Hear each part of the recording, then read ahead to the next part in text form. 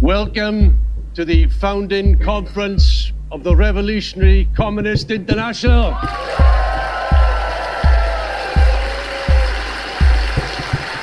Being surrounded by hundreds of communists from literally every corner of the world who agree with the same perspectives and who are working towards the same goal, that is a powerful experience that's quite difficult to convey in words. This is a truly historic occasion. It is a milestone in the development of our international. Having hundreds of communists from around the world come together because they've decided to build a real international movement, a revolutionary party. I think it's historical. I don't think it's an exaggeration to say that this date is going to be remembered in generations to come. We trace our roots far back to the founding days of our movement, when Marx and Engels wrote the great Communist Manifesto. Today we are retying the knot of history, broken by Stalinism, at a time when the world revolution is beginning to develop. And our task is to resolve the crisis facing humanity, the crisis of revolutionary leadership, as the prerequisite for the victory of the world socialist revolution. My name is Coral, and I'm a member of the RCP in Montreal, and I had the opportunity to participate in the founding conference of the Revolutionary Communist International in Italy just a few weeks back. It's great to feel that after 8 years of being a part of this organization, my passion has been renewed, and it's just amazing to feel that my knowledge and understanding of society and politics, of philosophy and economics has just been deepened and has grown thanks to the amazing presentations and great discussions that we had. Actually, I had just bought a notebook before the conference, and now I need a new one, actually, because I took so many notes. All these people from around the world, they don't even speak the same language. They've come to the same conclusion, and it is that there is no way out except the revolutionary struggle against the capitalist system. That's a real thing that just happened last week. It goes against all the lies and the propaganda that you hear, that communism is not possible, the working class doesn't even exist anymore, or that if they do agree that it exists, they'll say it's impossible to unite. Marxism has the power to cut through all the divisions of race, ethnicity, language, religion, to help forge a true revolutionary communist international. We regard ourselves not as individual sections of this international. We regard ourselves as an integral part of the world party of socialist revolution. There's never been a better time as now to found this international or refound this international. There's never a better time to raise the genuine banner of communism internationally.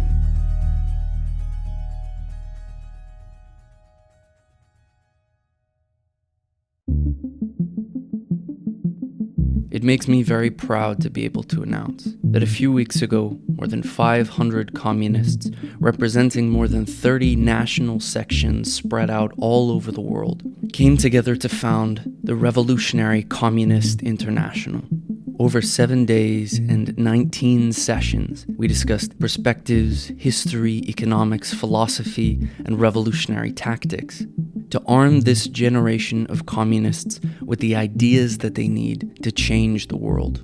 It was the culmination of decades of tireless preparatory work to keep the genuine ideas of Marxism and communism alive, so that now, in the midst of the deepest crisis that capitalism has ever faced on a global scale, we are able to publicly and loudly reclaim the legacy of genuine communism, to declare ourselves to be the generation that will overthrow this decrepit system.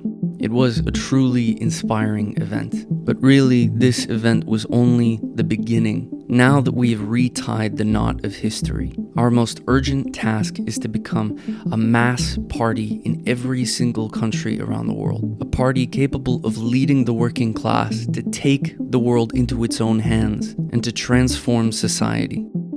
Recordings of all of the sessions are available on our website. I would encourage everyone who considers themselves to be a communist to go and to study each of these sessions in depth, because they contain answers to some of the most pressing questions that are facing us today on a world scale. Anyone that says communism has failed or that it isn't possible or that they don't have a role to play in this movement is fooling themselves. They're not fooling anyone else. It is possible. And we're preparing to make sure that it happens sooner rather than later. We have a professional international organization with many parties around the world, training hundreds of thousands of communists. And honestly, the only thing that we need is you, the person listening. You should join RCP.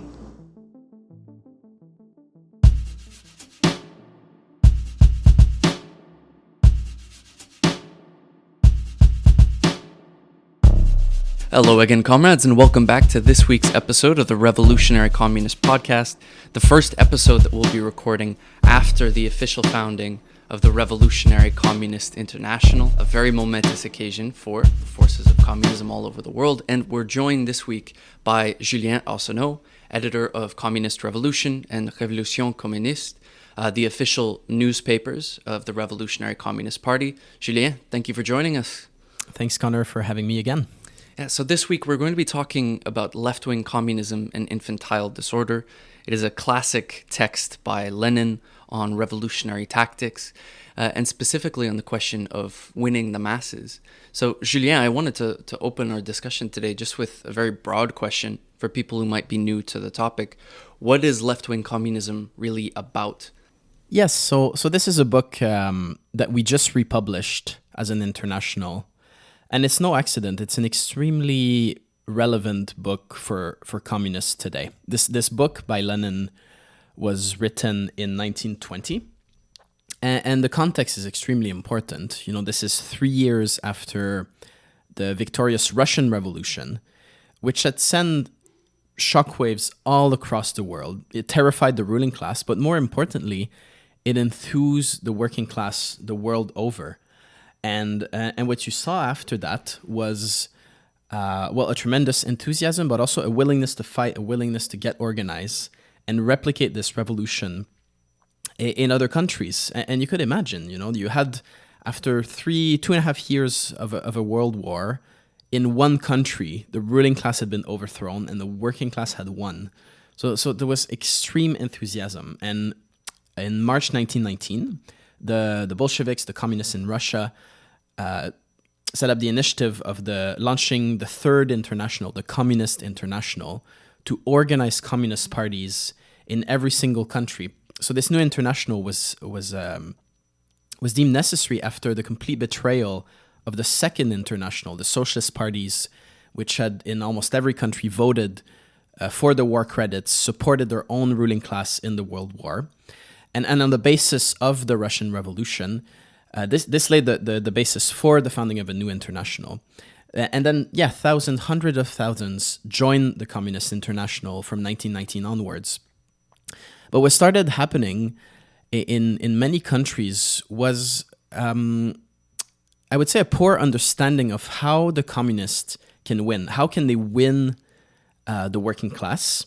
And how can they lead a successful revolution? Because when you think about it, that's the task. I mean, the communists, they exist. There's a layer of the population. There was a layer then, there is a layer now, that understands the need to overthrow capitalism and to fight for a new society. But the question is, how can this minority win over the majority to this program? And they were starting to make a lot of mistakes in terms of the attitude to the trade unions, to the non-communist workers, and just a lack of understanding of how the consciousness of the working class evolves. And we'll talk about this in a minute, of what left-wing communism, what does that even mean? But they were making all these mistakes, and the book by Lenin was an attempt to address these mistakes, to teach the communists how is it possible to win over the masses that are not convinced yet of the communist program. It was a very important book. It was published right on time for the second Congress of the Communist International in the summer of 1920. There was one copy given to every delegate. So it was really like a manual on communist tactics to win over the masses.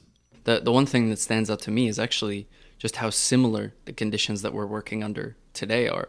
Like, on the one hand, you have, a global crisis. You have 4 years of world war, similar to, the war that we're seeing in Ukraine, the crisis that's facing a lot of capitalist countries around the world today, almost the entire capitalist system today. And as a product of this, you have a massive radicalization of growing layers of people questioning the system that they live under and actively looking for different solutions, like what can be done to actually get out of this crisis and to make life livable for the working class. So it's very curious to see. Some people, I think, are a bit hesitant to read texts that are written 100 years ago, because hasn't the world changed so dramatically? But behind the superficial changes that we've seen, actually the situation is not really changed all that dramatically. The only main difference is that today we don't necessarily have the Russian Revolution to look to as a living example, something that's going on in the world right now, that we can point to as this is what needs to be done. Yeah, that's an interesting point because the mood was extremely radical among the working class in that period, which was reflected in the growth of the Communist International itself. There was this utter rejection of the Second International, of reformism, of this idea that you can just patch the system. This was the system that sent millions to their death in the First World War. And yeah, you had the beacon that the Russian Revolution represented. And it's true that there are parallels to today, because you see everywhere in the world a layer of the youth in particular rejecting everything that has to do with the current system. All the parties, including the so-called left-wing parties or labor parties that have betrayed, that have been shown to be incapable of changing anything, that bend to the liberal establishment. So there is this similar mood, despite not having a victorious revolution that happened recently to look up to. You have a very similar mood, which I think underpins the success that the RCI and the RCP has been having in the latest period. But I think actually, when we look at this, we need to be careful. Like actually, we've raised a few times on this podcast in their material that there are poll after poll that show a rise in interest in communist ideas, which is absolutely true. In Canada, it amounts to like 1 million youth that consider communism the ideal economic system, which is a very interesting figure. And within this layer is what Marxists term the vanguard of the working class, the people that understand the system needs to be overthrown and want to do something about it. But that being said, the working class in Canada alone, for instance, is 20 million people. So if you have 1 million communists, well, you have several million that are not. And I think the art of communist politics is the ability to win over the masses, to win over the non-communists to our program. Because when you think about it, okay, who's going to make the revolution? Is it the communists? Is it the minority? Of course not. It's going to be the majority of the working class storming politics, entering the scene, and changing the world. But for that, you need a party, you need organization, but you need this party, and a party of communists, to be able to connect with the current aspiration of the workers and make a link between that and the necessity of a socialist revolution. And really, this is what Lenin's book was about ultimately, and that's the relevance of it today, because we're in a similar situation where there is a similar question: how can the communists win the masses? So this is the relevance of this book today, and why I think it should be seriously studied by any communist listening to this podcast. So for comrades who are looking to study left-wing communism and to apply its lessons for today, what would you say would be the main takeaway that comrades can use to guide their own work? That's a hard question, because it's a book where you really sense that Lenin, every sentence is thought through to the end, and it's a very, very profound text. And I reread it this year. I hadn't read it in years, and I learned a lot. And that's the thing with Marxist texts. Every time you come back to them, you learn something. But if I was to say one thing, it is related to the question of the task at hand for communists. At the time that Lenin was writing, it's interesting, in the book, he comes back to that point a few times. He talks about, the need to win over the vanguard of the working class, the people that already understood, that already attracted to communism, and organize this force. And he talks about it about a second task, if you like, which is to teach this vanguard how to win the masses. And at the time of Lenin, you could say in many countries, the task of winning the vanguard was done. And now was the time to teach these people how to win the masses, how to go in use any platform to talk to the working people and agitate in favor of the communist program and so on. And I would say that this presentation of Lenin as like these two tasks of winning the vanguard and teaching the vanguard how to win the masses is for me a very important point of this book. And I would say the RCP in Quebec and Canada, we're still a small force. We're growing, but we have these two tasks at hand, and this is one is very important to win over this layer of communists that exist, and that is I think our main task. But at the same time, we cannot just do that in a vacuum. Like pure propaganda, pure agitation for communism in the abstract. That can work, but that won't be sufficient to train communists that can bring these ideas to the mass of non-communists. So I think, if I was to say just one thing to your question, I would say, we need to, on the one hand, win over the vanguard, organize these people in the RCP, and at the same time, teach and learn how to skillfully bring the communist program to the mass of the workers, to our colleagues, our friends, and all the rest of it. So there are these two tasks that we constantly have to work towards in the coming period. To go back to what the book is arguing against, what is left-wing communism? Because I think we can have a bit of a hazy idea of what Lenin is writing about in this context. But what did this trend in the communist movement back in the 1920s, what did this represent in a more general sense? Yes, well, that's a very good question. So the book is interesting because the title is, Left-Wing Communism, an Infantile Disorder. Lenin considered that the growing pains of young communist parties, an infantile disorder, which also means it can be cured. But again, it came from this layer of communists joining everywhere with a very shallow understanding of how to connect the program with the masses. And left-wing communism, it's not a term that we use a lot today. Like we will refer to ultra-left mistakes, which most of the time stems from what we call sectarianism. These words are refer more or less to a similar phenomenon. This kind of idea of sectarianism, especially in communist organization, is this idea of kind of imposing your schema to reality. It's fundamentally an error of method because you kind of have the finished communist program, if you like, and you just want to foist it on reality. And if reality doesn't correspond to your program, you reject reality or say, the workers are too backwards to understand or whatnot. It is a fundamentally mistaken method because the method is to find a bridge between the program and the current level of consciousness, to take into account the current level of consciousness and find ways to connect with it. So and if you think about it, even philosophically, it's what we would term idealism. Like the idea of what a revolution should look like comes first and reality comes second. And that is the completely opposite of the Marxist method, which is to take reality as the starting point and connect with it. But the errors of the communists of the time had various character. Like, for example, they would say stuff like, the trade unions are led by reformists and bureaucrats. Therefore, we cannot work in the trade unions. Some even drew the full conclusion from that you need to form your own revolutionary trade unions instead of taking the union movement as it is and working patiently in it to win over workers. They would say stuff like, the bourgeois parliament, is bourgeois, therefore we have nothing to do with this. Whereas Lenin was arguing, look, as communists, we are still the minority in most countries.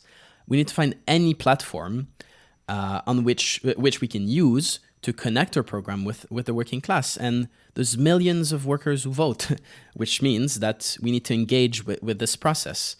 So now, I mean, some of these questions, I don't think it's useful right now to go into the ins and outs of every specific case.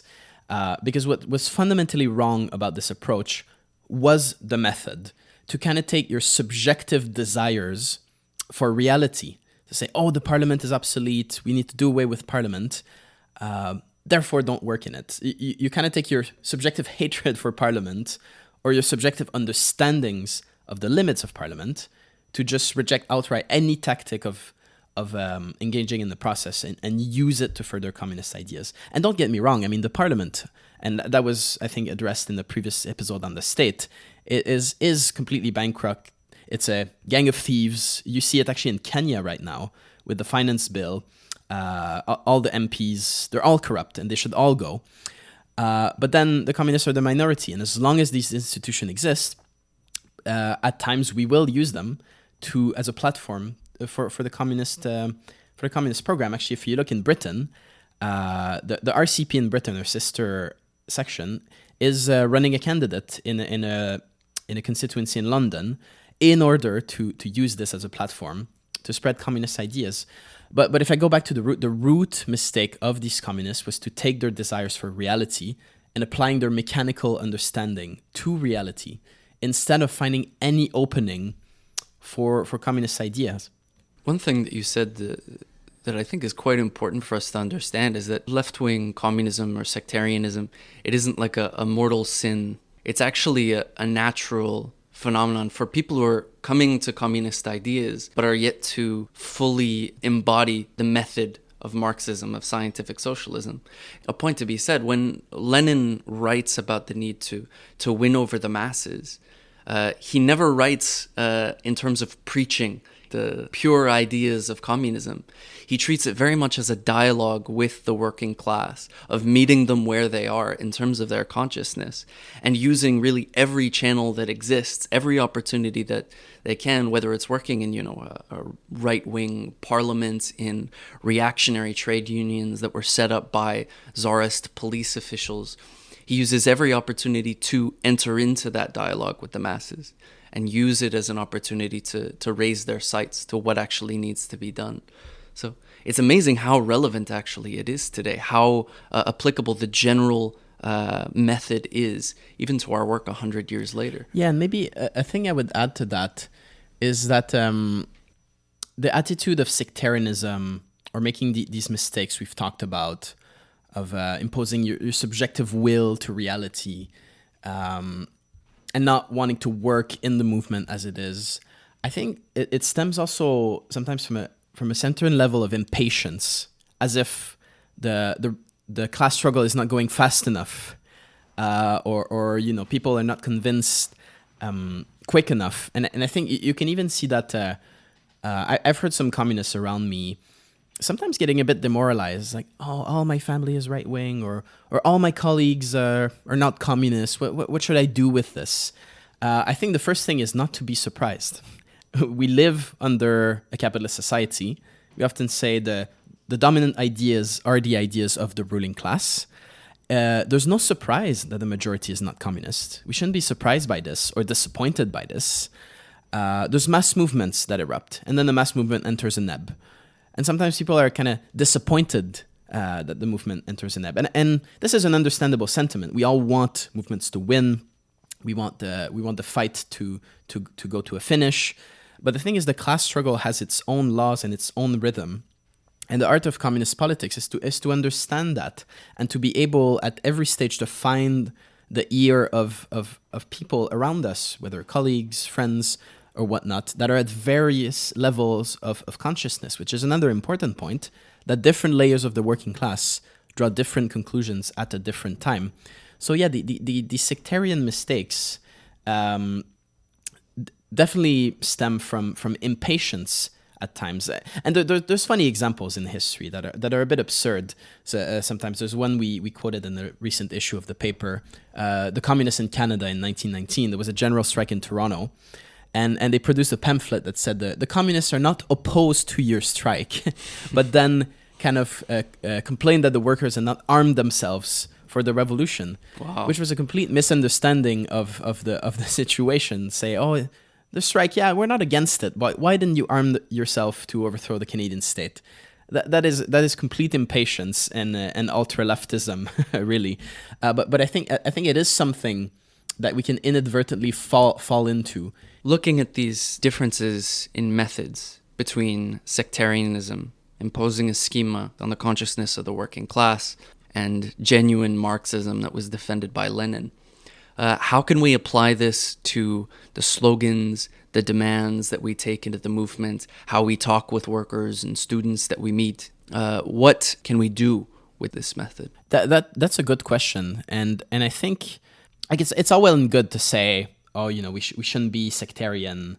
We should try to connect with the mood of the masses and all of that. But that doesn't answer the question, how to do this. And yeah, there's no magic formula. There's no cookbook. And by the way, obviously this episode is about the book Left-Wing Communism by Lenin. So we are talking mostly about this mistake. But there are two pressures generally that are faced by the Marxist movement. And one of them is actually, it's a mass pressure when you think about it. It is the pressure to abandon our ideas, what we call opportunism, to kind of bend, to dilute, to water down our program to the point where it doesn't threaten the capitalist system at all. That's the weight of public opinion, the weight of people that say, socialism, that's impossible, or the desire for short-term gains. Or because the mass of the working class is not revolutionary yet, we need to water down our program. And this would be a big mistake for Marxists to do, what we term generally opportunism. So that is one pressure on the movement. It comes from one side, but the other pressure is the one we've been talking about, sectarianism, these ultra-left or left-wing communist mistake, to use Lenin's words. So both mistakes should be avoided. And how to do this? Well, there is a really good book on this, actually, that flows really well from left-wing communism, and I would really advise comrades to put your hands on it. It is a Transitional Program by Leon Trotsky, which was written in 1938. And this book really gives really good tools, actually. It's, in my opinion, a continuation from Lenin's left-wing communism in terms of how to engage with the current level of consciousness of the working class. And yeah, in this book, The Transitional Program, what Trotsky explains, that the task, and by the way, it was the founding document of the Fourth International, which Trotsky by then had founded to kind of save the heritage of Leninism that was being sullied by Stalin. But yeah, this document, The Transitional Program, explains the task of the Fourth International, saying, we need to find to overcome the situation where the working class is ready to fight, wants to fight, is already fighting daily for its survival, really. That was right before the Second World War. And connect these daily struggles to the need for a socialist revolution. And that's the point, like transitional program. You probably see me coming. It was about finding the transitional demands, which was the bridge between the current situation and the socialist revolution. So the transitional demands, this might be a term that our listeners have heard before. But yeah, it is this attempt to link with the current struggle and bring it to the next step. Well, you've mentioned a few times this need to connect with the mood of the masses and to connect to the current political situation. What does this actually look like in practice? I mean, meeting the masses where they are is well and good, but how do we balance between maintaining our program, our principles as communists, and putting forward our positions in a way that can be understood and immediately grasped by ordinary working class people who are, entering into these struggles? That's a very good question because, yeah, I think I previously said something along the lines of connect with the masses, meeting them where they are. But we got to be careful not to interpret this in a kind of one-sided way because, there are all sorts of working class people drawing different conclusions at different time. And I guess a misinterpretation of the transitional method, of the transitional program by Trotsky, would be to kind of think, okay, but what is the current level of consciousness and what would be acceptable to people right now? And if that is our main concern or only concern, there is the danger of watering down their ideas to say, oh yeah, well, the majority is not revolutionary, therefore I need to water down my ideas to what is acceptable to the so-called current level of consciousness. So that is something to be really, really careful not to fall into. It's not so much about the current consciousness of the workers, like what workers? There are various layers of the working class, I think it's better to pose the question in terms of what are the working class problems, what are the concerns, what are the needs that arise from the objective situation, and how can we answer them? What is necessary for the working class and the youth at any given moment? We need to pay attention to what people are concerned about and think of what is needed to carry the struggle forward. And yes, how can we explain how the problems of the workers are connected to the need to overthrow the capitalist system? The Transitional Program by Trotsky contains some great examples of how to apply this method. And he talks about something that is actually very relevant for today, is what is called today the so-called the cost of living crisis, with inflation, the rise of prices of housing, and the very obvious fact that the wages are not catching up with inflation. And there was a similar problem in the 1930s at the time Trotsky was writing this his text. And what is needed in that situation? Well, what Trotsky put forward was, and it was also a time of high unemployment. Well, he was putting forward the demands to have full employment, public works to give jobs to everyone, and he argued for a sliding scale of wages. And the point is, there is a problem of inflation, of unemployment. This is what is needed to take the movement forward. And in a similar context today, we've been raising, for example, the idea of a cost of living adjustment that should be in every collective agreement. The fact that wages should be pegged to inflation, to go up as inflation go up, which is a necessary demand for the workers not to become more and more destitute. And I'm convinced this demand would connect very well with the mood of the workers that cannot pay their bills. And the thing is also, this demand would have to be fought for by the workers vociferously. So it does raise the question of a class struggle against the bosses, and it raises the question of the limits of the capitalist system, which doesn't concede that unless it is under a vociferous struggle. So I think what I'm trying to get at is it's not so much about overthinking. Okay, what is the current level of consciousness and what can connect with this? It is about what are the problems and the concerns that are raised by the crisis of capitalism, and what is needed to overcome these problems. And also Trotsky in the text talks about many of the demands we will raise will be deemed unrealistic by the ruling class. To which we respond, well, if satisfying the needs of the working class are unrealistic under the system, it means the system has to go. So it does make the link directly with the need to overthrow capitalism and build a new society. So that's the point of the transitional method. Is about what is needed, and the need to link that to a wholesale transformation of society. So given the current situation politically, what are some examples of transitional demands that we can use in the movement to actually raise consciousness and win people over?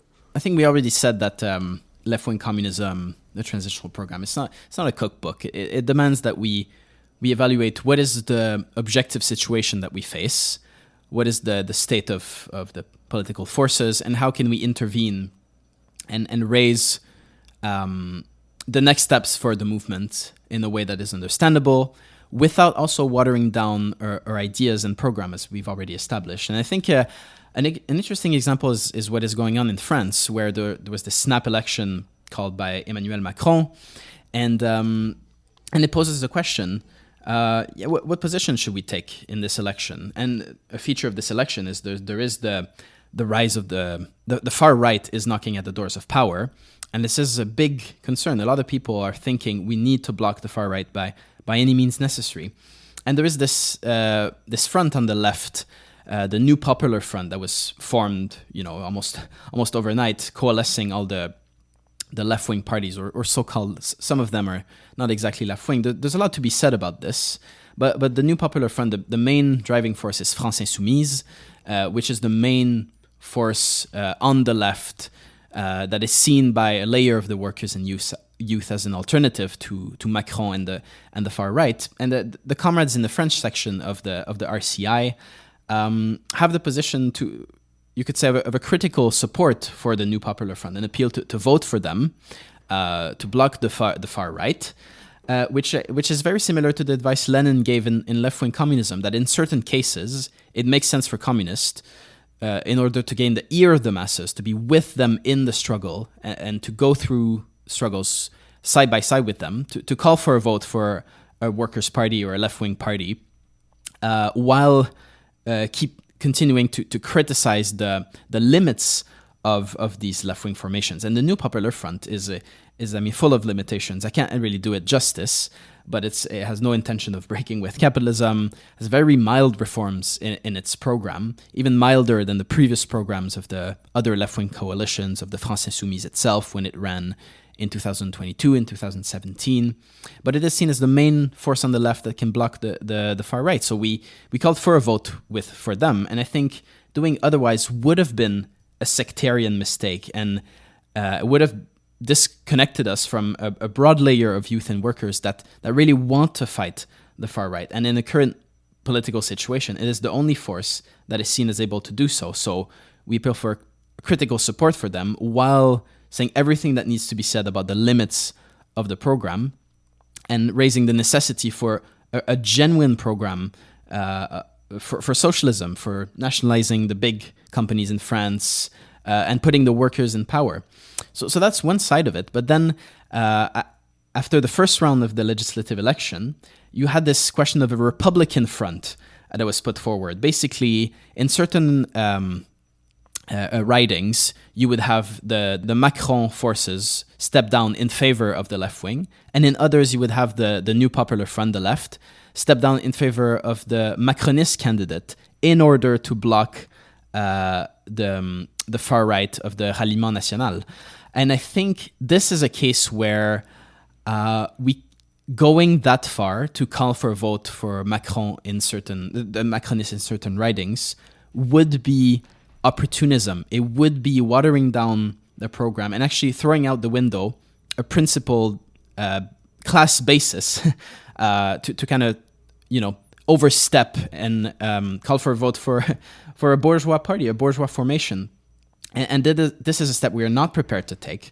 So the idea of connecting with the masses, and I know actually that this position of ours will not be shared by everyone among the working class and the youth, but this is also where there is a limit where we cannot go down the road of watering down our demands to the point where we are arguing in favor of class collaboration. And the thing is also, I think this idea of a Republican front against the far right would not even work on its own terms. It will actually, in the long run, strengthen the far right, which would be seen as the only force that is not tied to the establishment.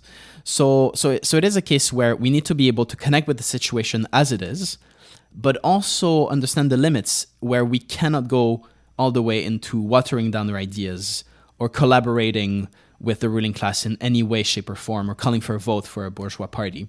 So I think the position that our French comrades took as regards to the election is an example of having this balance right, of raising what is needed, but also maintaining a principled position.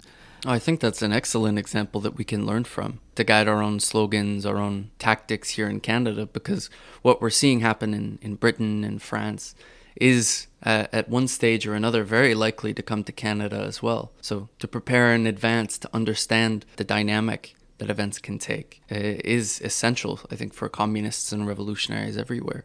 But to focus in on not necessarily just the slogans and the demands that are made on a national scale, on the scale of mass campaigns, but even just communists working in their schools, in their workplaces, on campuses. What advice would you have for newer communists coming into these environments, looking to win their coworkers and their peers? I think, many people listening to this podcast are communists or are about to be convinced, or maybe say, oh, I'm a communist, but I'm not sure how to win over people around me, or I'm a communist, but I'm the only one. And I think that the first advice I would say is that communism, Marxism, is the long view of history. And it is an understanding that the class struggle has its own laws, its own rhythm, and we need to be armed with patience and to be able to understand why the majority of our colleagues at a given time are not convinced yet, why your friends are not communist. And again, find probably start with focusing on finding the communists around you, wherever they can be, and focusing on these people and training them, arming them with the ideas. But then I think there is a layer in society that would not identify as communists, that would not say they're communists or they're Marxists or anything, but can be won over with a skillful approach, because people are not all communists, but they're all angry, they're all bitter, and they all have problems that stem from the capitalist system, whether it's unable to pay their rent, they see they have no future, their life will not be like that of their parents. And not everyone is a communist, but everyone is angry, which is the potential to make communists. And I think this is the art that we need to master. When we think of left-wing communism or the Transitional Program, it's not about reading this and learning by rote positions, or, oh yeah, Lenin advised to work in trade unions, Lenin advised to support left-wing parties in elections. Like, all this is the examples of a general method.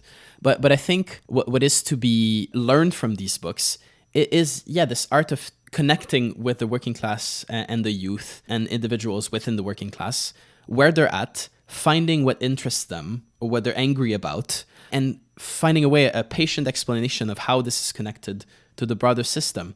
And I think if we do that skillfully, we will grow the communist movement in Quebec and Canada. We will grow the RCP into a force that is, not only talking about communism, but able to explain how the daily problems of the working class are connected to the system, and why we need to overthrow the system to end the plight of the working class.